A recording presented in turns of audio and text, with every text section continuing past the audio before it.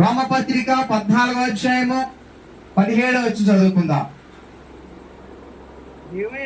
దేవుని రాజ్యము పానమును కాదు గాని నీతియు సమాధానమును పరిశుద్ధాత్మయందలి ఆనందమునై ఉన్నది. హల్లెలూయా. ఇందాక మనం ఒక మాట చదువుకున్నాం కదా, ఏంటది? మొదట మరి ఎదగాలంట ఆ రాజ్యమును నీతిని మొదట వెతకండి అని వాక్యం రాయబడింది కదా. ఇక్కడ ఆ రాజ్యం అంటే ఏంటి, నీతి అంటే ఏంటి అంటే ఇక్కడ రోమపత్రిక 14వ అధ్యాయం 17వ వచనం రాయబడింది. దేవుని రాజ్యం అంటే భోజనమును పానమును కాదు గాని ఏంటంట, నీతియు సమాధానమును పరిశుద్ధాత్మయందలి ఆనందమునై ఉన్నది. హల్లెలూయా. అంటే దేవుని రాజ్యం అంటే అనుకుంటారు చాలా మంది, అక్కడ చక్కగా అన్ను అని అనుకుంటారు. అక్కడికి వెళ్ళాలంటే అక్కడ ఏం కావాలంట? దేవుని రాజ్యం అంటే అర్థం ఏంటి? భూలోకంలో నీతిగా జీవించడం, నీతియు అలాగే యథార్థతయు పరిశుద్ధాత్మయందలి ఆనందం. హల్లెలూయా.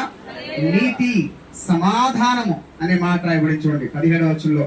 సమాధానమును పరిశుద్ధాత్మయందలి ఆనందము అంటే సమాధానం ఎవరుకుంటారు? అసలు భూమి మీద ఎవరు సమాధానంగా సంతోషంగా జీవించగలరంటే ఎవరు మనస్సు అయితే దేవుని మీద అనుకుంటారో వారు జీవించగలరు.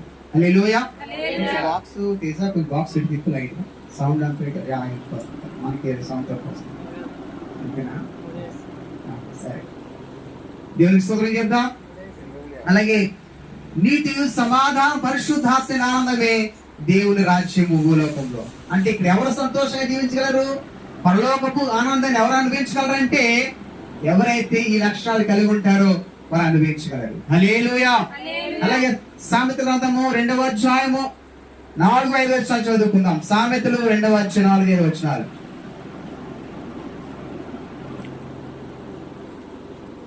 చదవండి. దాని వెతికిన యెడల దాచబడిన ధనమును వెతికినట్లు దానిని వెతికిన యెడల యెహోవాయందు భయభక్తులు కలిగి ఉండుట ఎట్టిదో నీవు గ్రహించదవు. దేవుని గూర్చిన విజ్ఞానము నీకు లభించును. ఓకే, దేవుని స్తోత్రం చెప్దాం. అంటే ఎలా వెతకాలంటే ఆయన రాజ్యము నీతిని వెండిని వెతికినట్లు వెతకవలను అని రాయబడింది. హల్లెలూయా.